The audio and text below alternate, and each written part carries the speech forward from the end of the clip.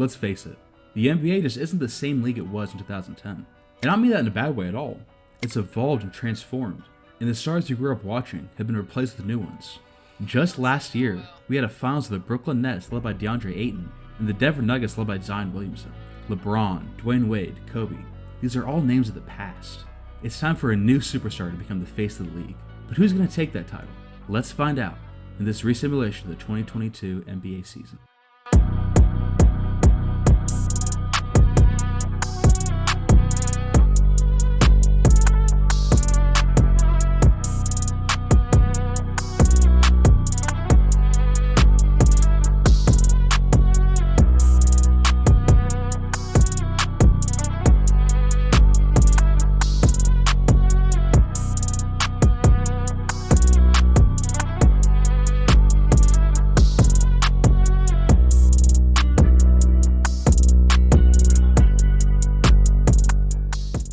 Okay, quick side tangent.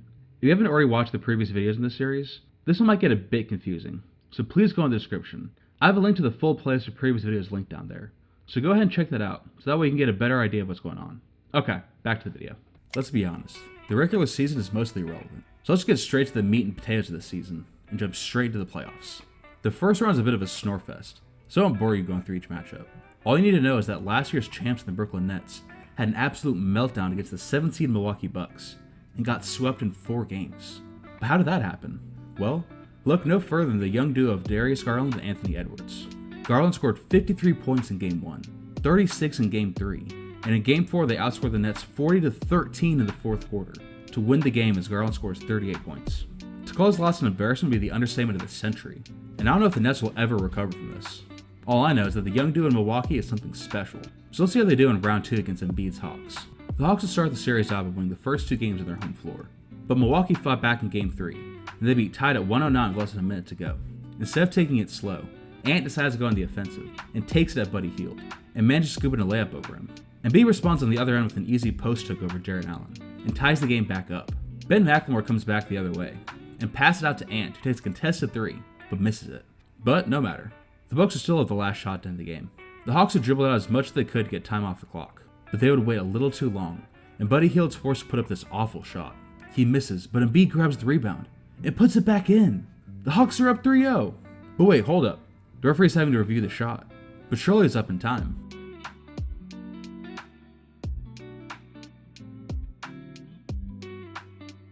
Wait, maybe not. The referees overruled it, and we'd be going into overtime. Garland and Ant would cook an OT and would scrape out a win on their home floor. They win the next one too, and would actually force a 7-game series with the Hawks. But in the end, Embiid's dominance proved to be too much, and Atlanta would be advancing to the conference finals. Unfortunately, the other Eastern Conference matchup didn't prove to be as interesting, as the Celtics would go up 3-0 to start the series. But we haven't even got to see any John Moran action yet, so let's jump in for the fun of it, just see how Game 4 ends up. Hey, look at that, we got a close game. But with a minute left, Jokic should get good position on Enes Kanter. Or should I call him Enes Freedom? I don't even know anymore, bro. Anyways, Jokic is able to knock in an easy hook to bring Boston's lead up to 5. Not appreciating the disrespect, Kanter bodies his defenders on the other side, and finishes an emphatic dunk. I already know that highlight's going to be playing all night long on Fox News. And I know this has got to be a simulation, because Kanter actually learns from the last play, and fronts Jokic on defense this time, and manages to swipe the ball off Paul's pass. He launches up to Clay, who finds Morant cutting in, and he lays it in? Come on, John, no dunk? Chris Paul launched it through on the other side of the court, trying to work in a 2-for-1 opportunity, but fails miserably as the shot rims out, and the Pacers will have the last possession. All they need is 2 points to win the game, and you already know who they decide to go with. They pass it into Clay, and he takes a few steps in. He fakes a spin, and he launches it! And it's in!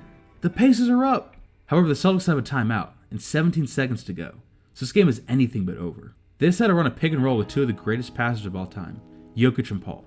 But instead of screening, Jokic runs around the backside of the defender and cuts towards the rim. Paul finds him open in the paint, and that's a done deal. The Pacers don't have any timeouts left to call, and the Celtics end the series with a sweep.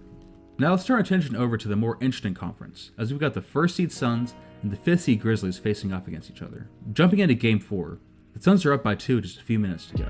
Neither team can buy a bucket for 5 possessions straight, until Lowry ends the cold streak after bonding his way into the paint with his floater.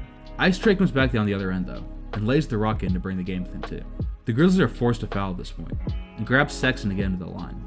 He managed to score both his free throws though, and now the Grizzlies just have a few seconds to come back from being behind 4. They advance the ball all the way up to Jalen Johnson, but he can't convert on the 3, and the Suns go up 3-1 in the series. The Grizzlies pull out a tight win in Game 5, find a 41-point triple-double from Trae Young, and hold on for another game. Trae didn't hold back in Game 6 either, as he hits this dagger from 3 to put the Grizzlies up by 1 with a minute to go. Then on the other end, he swats away Kyle Lowry's layup and forces them to foul him. Never in all my life did I think we'd have a defensive highlight from Trae, but here we are. He of course scores his free throws, leaving 23 seconds left on the clock for the Suns to score. Lowry forces a 3 though and misses it, and we'd have ourselves a Game 7. Unfortunately, it was a bit of a blowout, as 6 players from the Suns score in double digits, and Phoenix would be advancing on. Now for the series I've been waiting to talk about this whole video. Last year's finalists in the Denver Nuggets versus my San Antonio Spurs. But this isn't the same Spurs team that won championships 6 years back. They've updated their whole roster. Their team is spearheaded by Luka Doncic and James Wiseman, but also have some important pieces like Jalen Suggs and Bradley Beal, who the Spurs assigned mid-season. Beal had been caught using illegal substances and been banned for the past year and a half.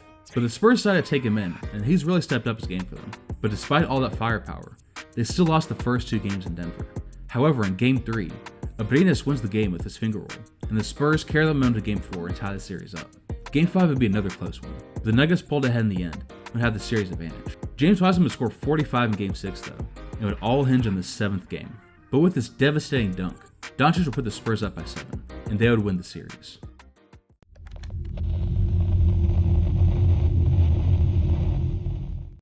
Okay, let's be honest. The Hawks never stood a chance against the Celtics team, and they obviously get swept in 4 games. So let's focus instead on the Western Conference Finals. The Suns would take Game 1 in resounding fashion behind Sexton's 30-piece, but Game 2 wouldn't be as close. With a post move here and a post move there, Doncic brings the Spurs within just 2 points in the closing minutes. And then on a fast break play, he finished with a resounding dunk to tie the game up. It would be up to Lowry to put the Spurs away, but he missed on the open midi, and would be going into overtime. Despite being down by 7, the Spurs managed to come back in overtime and force a second one. It was so sudden when I was simming through it, I didn't even realize what had happened. 5-point game. Well, what the How did I miss that? Oh my god, I missed it. I missed the comeback. In the second overtime, the Spurs come out swinging as Doncic whips the pass over to Suggs for the wide open 3. Lowry would respond by finding Sexton in the paint, who finishes over the defense. Doncic would try and respond with a post-up, but Wiseman would grab up the miss and finish the play. On the other end, Thon meets his maker as Wiseman snatches the ball out of his hands mid-air and passes up to Suggs, who finds Isaiah Jackson posted up, and he bodies Jalen Smith in the paint and puts the Spurs up by 5. Lowry tries to go for a 2-for-1 3 but bricks it, and the Spurs would take this game. While the series took 7 games, this one really set the tone for the Spurs team, and they weren't about to back down or give up, and they would actually end up winning the series and advancing to the NBA Finals.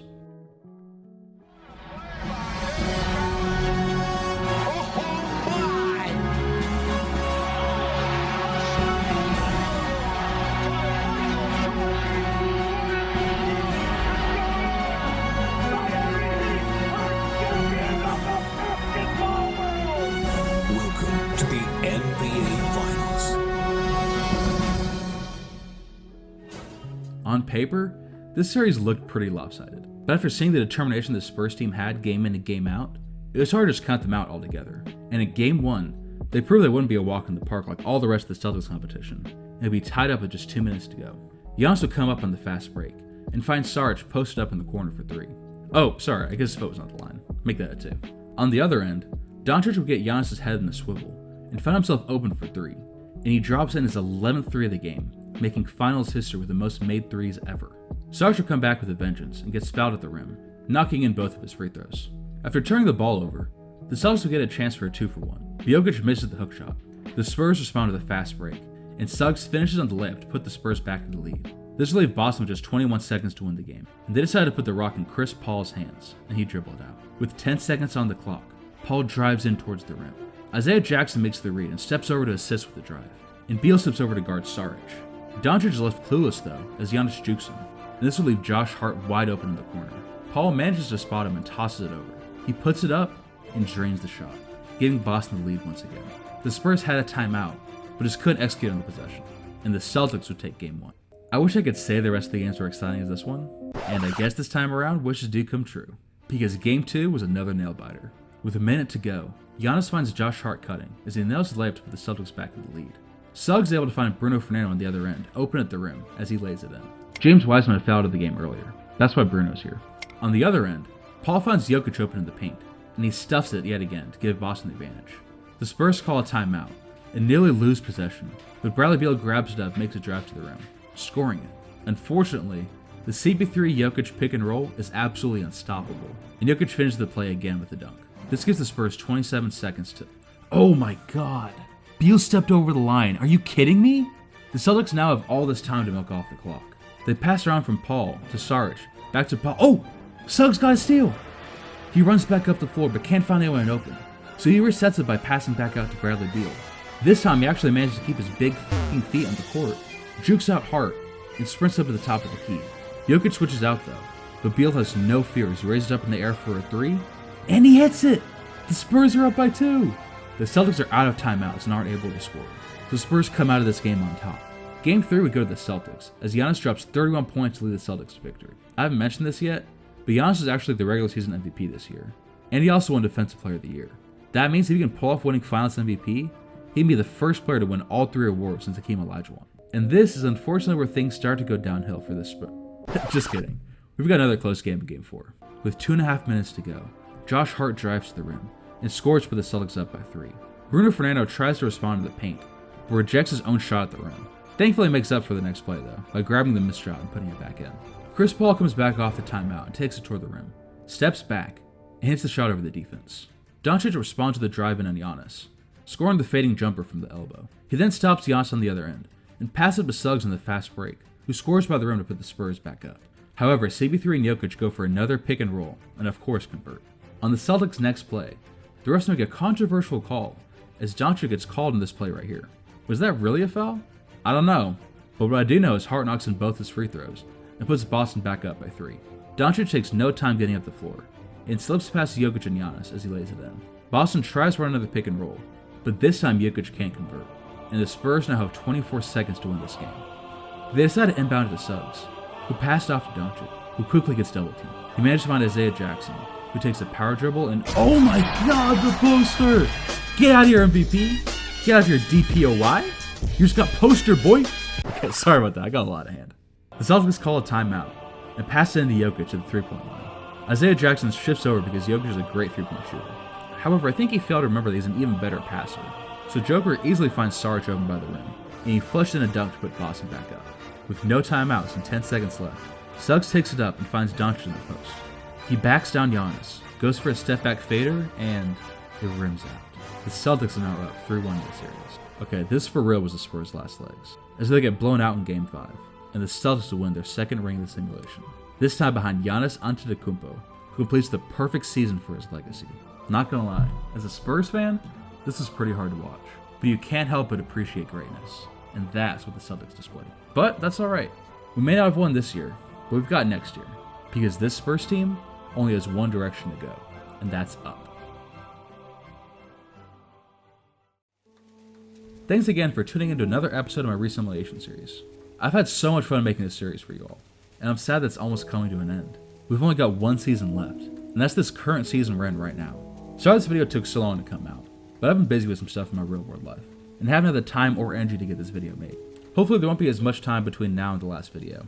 I've already got some plans for it, and I already know it's going to be a real treat for y'all that have stuck around so faithfully to the series. I've actually got a new series planned out that I'm already starting to work on, so look forward to that coming out sometime this year as well. But until next time, don't forget to drop a like on this video, and also subscribe for more future NBA and 2K content. Peace.